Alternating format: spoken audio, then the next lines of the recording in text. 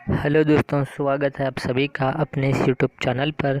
तो जैसे कि दोस्तों हमने आज के इस वीडियो में हम जानने वाले हैं कंजंक्शन को, जो कि बहुत इंपॉर्टेंट होता है एक सेंटेंस को बनाने में। तो चलिए शुरू करते हैं आज का इस वीडियो। तो दोस्तों कंजंक्शन का डेफिनेशन होता है कंजंक्शन और यूज्ड टू जॉइन क्लॉजेस और phrases and words together for constructing A sentences. तो यानी कि एक सेंटेंस को कंस्ट्रक्ट करने के लिए, यानी कि सेंटेंस को बनाने के लिए हमें क्लॉजेस और फ्रेजेस एंड वर्ड्स को जोड़ने के लिए जो हमें हेल्प करता है वो होता है conjunction. Conjunction make a link between among words और ग्रुप ऑफ वर्ड्स, यानी कि कंजंक्शन हमें हेल्प करता है दो वर्ड्स को जोड़ने में, या एक सेंटेंस को दो सेंटेंसेस को जोड़ने में, या वर्ड्स और सेंटेंसेस को जोड़ने में हमें कंजंक्शन हेल्प करते हैं। तो इसका और भी sentences and show the relationship between among thing, यानी कि दो वर्ड्स हो या दो सेंटेंसेस हो, उसका रिलेशनशिप भी हमें बताते हैं कंजंक्शन।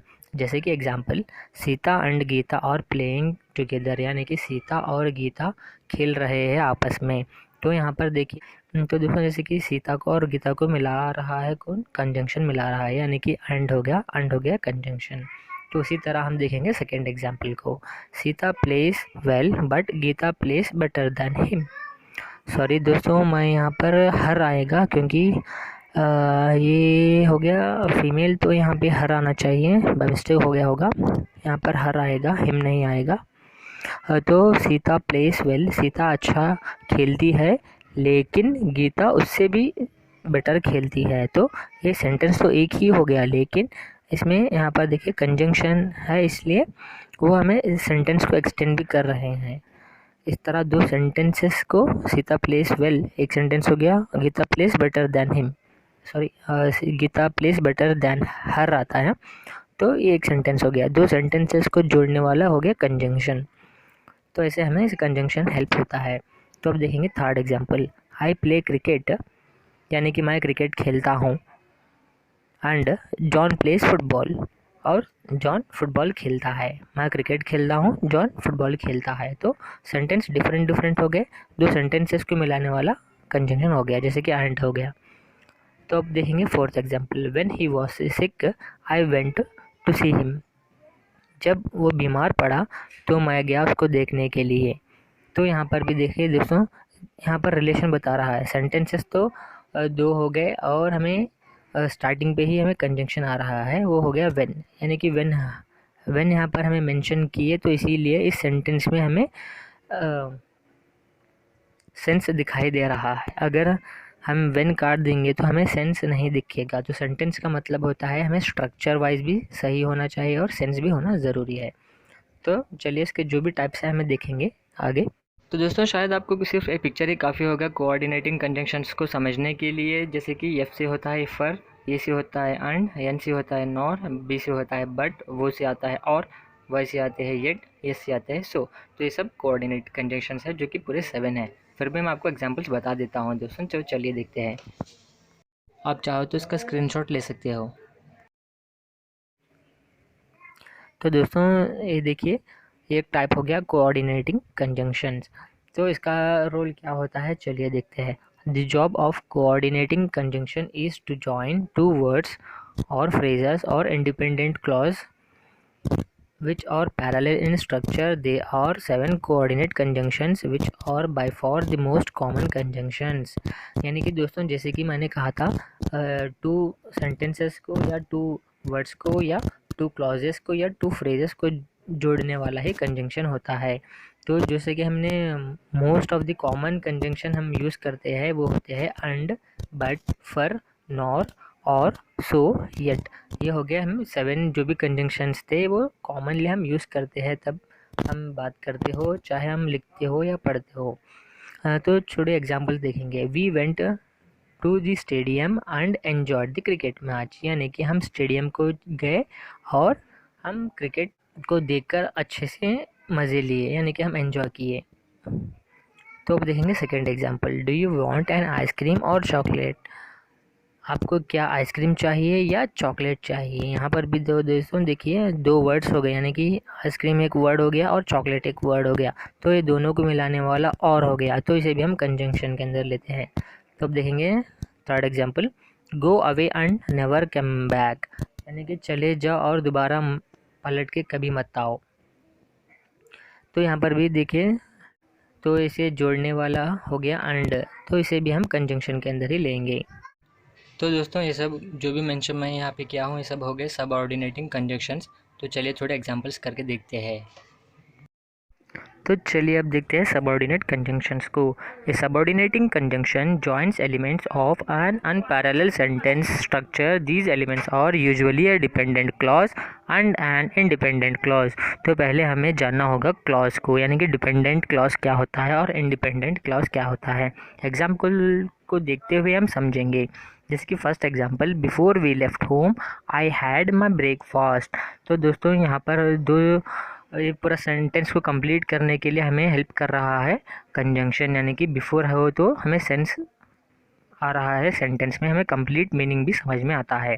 तो दोस्तों ऐसे सिर्फ अगर हम इस पूरा सेंटेंस का छोड़कर आई हैड माई ब्रेकफास्ट बोलूँगा तो एक कंप्लीट सेंस हमें समझ में आता है। तो ये होते हैं इंडिपेंडेंट क्लॉज, यानी कि ये डिपेंड होके नहीं है क्लॉज। तो इस तरह हम इंडिपेंडेंट क्लॉज को समझते हैं। तो अब देखेंगे second example, when he was washing my car I went to the store. तो दोस्तों इसका मीनिंग होता है जब वो कार धो रहा था, यानी कि जब वो कार वॉश कर रहा था तब मैं स्टोर को गया। तो दोस्तों यहाँ पर देखिए आप ऑब्जर्व कीजिए, अगर मैं सिर्फ when he was washing my car अगर मैं ऐसा बोला तो तब वो मेरी कार धो रहा था, बस इतना ही बोला, तो आपको क्वेश्चन आएगा तो क्या हुआ। तो इस तरह ये होते हैं, ये डिपेंडेंट क्लॉज होते हैं दोस्तों, ये दूसरे क्लॉज के ऊपर डिपेंड होके रहते हैं। जब मैं ये बोलूँगा I went to the store बोलूँगा तो तभी आपको क्लियर से समझ में आएगा, क्लियर से मीनिंग आएगा, क्लियर से सेंस आएगा। तो ये डिफरेंस होता है डिपेंडेंट क्लॉज और इंडिपेंडेंट क्लॉज। तो इस दोनों के बीच में हम यूज़ करते हैं कंजंक्शंस। तो ये होते हैं सबऑर्डिनेटिंग कंजंक्शंस होते हैं। तो अब देखेंगे third example, even though the weather was horrible they still went outside, यानी कि इसका मीनिंग होता है वेदर ख़राब होने के बावजूद वो बाहर चले गए। तो यानी कि इवन तो हो गया हमारा सबऑर्डिनेट कंजंक्शन दोस्तों। तो अब जानेंगे हम करलेटिव कंजंक्शंस को। A correlative conjunction uses a set of words in a parallel sentence, यानी कि पैरेलल सेंटेंस के अंदर जो सेट ऑफ वर्ड्स होते हैं, यानी कि वर्ड्स दो हो सकते हैं, तीन हो सकते हैं, या पूरे सेट ऑफ वर्ड्स होते सकते हैं। तो उस तरह जब हम कंजंक्शन यूज़ करना हो तो हम इस तरह यूज़ कर सकते हैं।